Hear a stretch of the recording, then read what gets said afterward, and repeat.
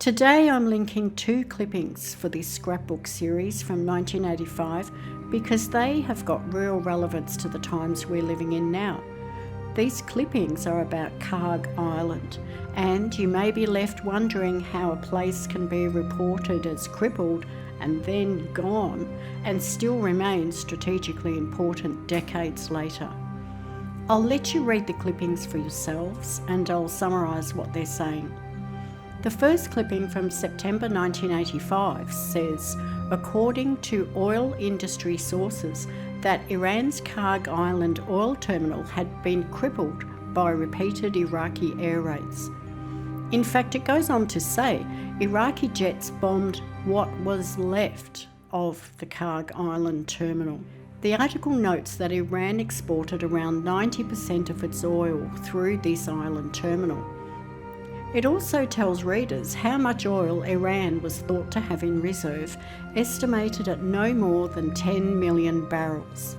It also says Iran had a floating terminal at Siri linked to Kharg by shuttle and a third terminal at the island of Lavan, south of the Gulf, but neither terminal was capable of handling the same volume. So then Japan, which was buying 300,000 barrels a day of oil from Iran, had already begun turning to Iraq for supplies, and Iraq was reportedly offering Japan a discount of up to $3 a barrel. The official OPEC price in 1985 was $28 a barrel. Okay, so now we move to the second clipping from just 5 days later. Now Iraq says it has raided Kharg Island again, along with the Nowruz oil field in the northern Gulf. And we're told this latest raid was the 19th attack on Kharg since August 15. So all of this has taken place within roughly 6 weeks. Now we get to the interesting part. Quote, a military spokesman said the attack on the terminal destroyed what remained of Kharg Island. End quote. Now, I would say that's quite a statement. It's not reported as damaged or as temporarily disabled.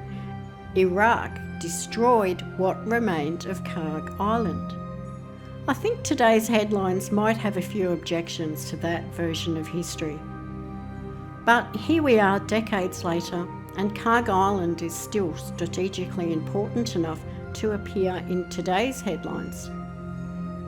Kharg Island remained as Iran's principal oil export terminal after the Iran-Iraq War and continues to be strategically significant in global oil markets. So perhaps these clippings tell us not only about war, but about wartime reporting. Certainty in the moment seems to be, at the very least, questionable. History just doesn't seem to be backing up a lot of the reporting in the clippings I myself have read from these scrapbooks. I have hundreds more of these to share with you all, and I'd love to read any comments you have along the way, especially on this one.